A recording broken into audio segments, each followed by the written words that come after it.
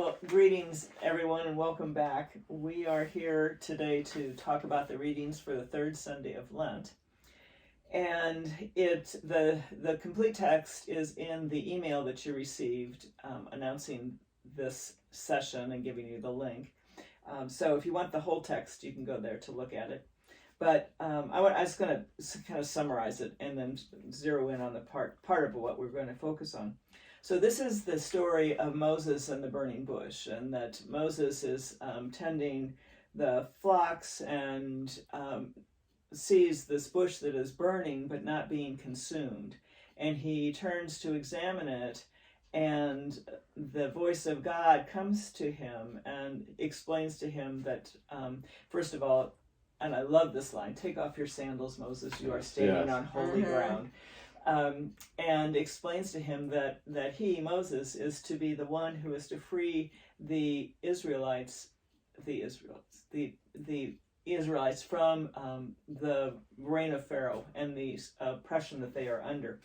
And Moses is like, "Not me, God, I'm not cut out for this." And God assures Moses that he will not be alone in this. But Moses, in somewhat still hesitation, or we'll discuss maybe why he asked this question, says to God, "Who shall I say has sent me?" So I'm going to pick up the text towards the end of this passage. "But Moses said to God, 'If I come to the Israelites and say to them, the God of your ancestors has sent me to you, and they ask me, what is his name? What shall I say to them?' God said to Moses, 'I am who I am.' He said further, 'Thus you shall say to the Israelites, I am has sent me to you.' God also said to Moses, 'Thus you shall say to the Israelites, the Lord, the God of your ancestors, the God of Abraham, the God of Isaac, and the God of Jacob, has sent me to you. This is my name forever, and this my title for all generations.'" So I was especially happy that we chose this one today, because I have never understood this "I am who I am." It was always just, and what does that mean? And as I was studying it and researching it, I understood why I was having such trouble with it, because you can't understand that phrase, that title, as it stands on its own. It has to come in the context of this whole story of the Israelites, and that it also translates as "I am the one who causes things to pass." And those things kind of clicked for me that, oh, this makes more sense now.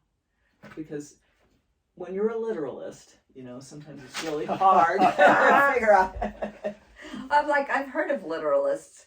But you guys, neither of you I think they're like Luddites. I'm like, literalist. It's actually handy to have some literalist interpretations. I tend to go to the abstract every time. Not always the best thing. I think this passage, probably more so than many in the Bible, it's replete with so many different layers of meaning and insight.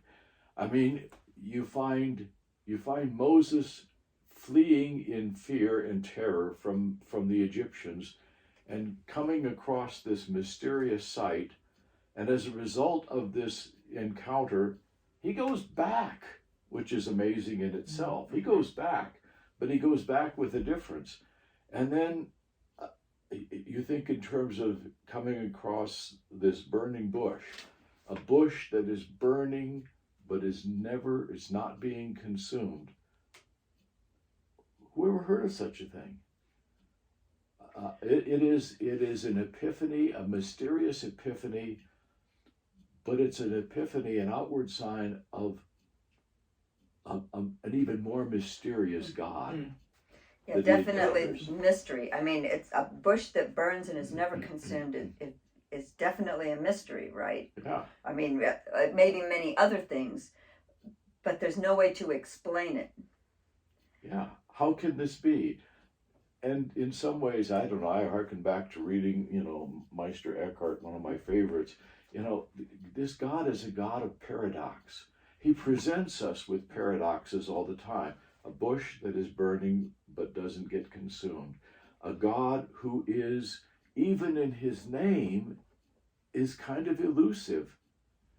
In the ancient Middle East, as I understood it, one of the reasons why they're asking a name is because knowing the name gave you power over something. And in the pantheon of gods in that culture, that was important to know. Well, you didn't know what that God was if it didn't have a name. Like you said, there's so many layers of this. I think about the whole idea of fire, of God associated with fire, of the danger of fire, right? I mean, fire itself is, if it's contained, is useful, but if it's free, anything could happen. It has a tendency to consume everything. And God says, take off your shoes, dude. Yeah, this is holy. This is holy ground. I often thought about, in church where we have flame, right? We have fire because it symbolizes the holy for us. Well, and at the Easter Vigil, the first Sunday of Easter, we kindle the new fire. Right, which is what disappoints me so much about candles that are light bulbs, because of our insurance companies. It's battery operated. And the reason that is because the fire is dangerous. Just like wine is dangerous. And water. And water. These are dangerous items. You could consume too much wine, the fire could burn things. But if we just have grape juice and then we're all safe. If you eat at a wrong restaurant, the bread could be dangerous. Well, too. There's that. But God isn't predictable or safe. The other piece of this that I have come to appreciate in this study is that this I am who I am. I am the one who causes things to be. There's an endless quality to that, a faithfulness that you can't confine in terms of God's relationship with us. I've heard it translated in so many different ways, one of which is, I am the one who will always be with you. I don't see that in too many of the commentaries, but I from years ago, I think maybe it was a scripture prof, I am. I mean, it's a statement of an entity a being, but it's not just self-contained, I am, I don't care what you are or where you're going. I am the one who gave you life and who will always be with you to sustain you, come what may. That's the turning point that lets Moses overcome his fear and start to think about going back into Egypt. And God knows, in the last 2 years that we've had, if we need to hear words of reassurance, this is the time. And where this is placed in the biblical story of the Israelites, where God sends Moses back into Egypt, where God then demonstrates himself as Savior, as Redeemer, as covenant maker, as healer. All those things then are revealed in this great I am. Yeah. I mean, we don't like to think in terms of it, but in a certain sense, you could look at the plagues that come upon Egypt as proof that I am with you. I am true to my word. One way or another, I'm going to get you out of there. Yeah, even when in the midst of plagues and all that was going on, many must have wondered. Yeah. How is this? How can this be happening? All this be brought down? How can we be in all this trouble and still supposed to be hopeful? Trust. Exactly. Trust. Exactly. Well, there's that stability, that quality of changelessness in the I am statement. It's like I am. I always am. Yeah, I am always always here. have been. It's just kind of like this overarching statement or something that enfolds everything. I keep thinking in terms of another passage in Exodus, I don't know if it's 33 or 34, where, we're called upon to trust in God, but sometimes in the present moment, trust is not something that comes easily. But there's that passage where Moses wants to see the face of God. And God says, I will put you in the cleft of a rock, and I will go before you, but you cannot bear to see my face. And it's not because God's face is so dreadful. Moses supposedly saw the face of God once upon a time and veiled his face.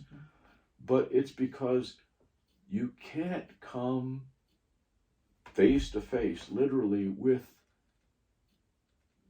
the one who is being itself, with the one who is holiness itself, and come through that without some. I used to have a spiritual director in the seminary and said, if God were to forget you for a nanosecond, you'd be a grease spot on the floor. But we can't bear that kind of reality. Yeah, and that's what it makes me think of. Who said the quote about mankind cannot bear very much reality? Right. It's that same thing. We can't look in the face of God any more than we're capable of looking at reality completely clearly. We can see the edge of it, and if you've ever seen the edge, and I'm sure all of us have, it's like, and that was enough for me. I don't, I don't need any more than I just saw. It's too hard to live day by day in our skins, in our lives, to be aware of that constantly and continuously. I'm not sure you can actually just do life. Well, we struggle with the news now and what's going on in the world. We struggle with the pandemic. And, the only thing I can think of that gives me hope and that sheds a light to some degree of hope in our world is the time when I back off from all of that and go to prayer and know that the promise and the presence of God is there. And that's sometimes all you have to hold on to. And that's a good segue into our closing, which is Psalm portion of Psalm 139. And it's taken from a beautiful translation titled Out of the Silence into the Silence by Jim Cotter and Paul Payton. So, light of light, you have searched me out and know me. You know where I am and where I go. You see my thoughts from afar. You discern my paths and my resting places. You are acquainted with all my ways. Yes, and not a word comes from my lips, but you, O God, have heard it already. You are in front of me and you are behind me. You have laid your hand on my shoulder. Such knowledge is too wonderful for me, so great that I cannot fathom it. Where shall I go from your spirit? Where shall I flee from your presence? If I climb to the heavens, you are there. If I descend to the depths of the earth, you are there also. If I spread my wings towards the morning and fly to the uttermost shores of the sea, even there your hand will lead me, and your right hand will hold me. If I should cry to the darkness to cover me, and the night to enclose me, the darkness is no darkness to you, and the night is as clear as the day. How deep are your thoughts to me, O God? How great is the sum of them? Were I to count them, they are more in number than the grains of sand upon the seashore. And still I would know nothing about you, yet still would you hold me in the palm of your hand. That's beautiful. Mm-hmm. Kind of sums it up. I am who I am. Mm-hmm.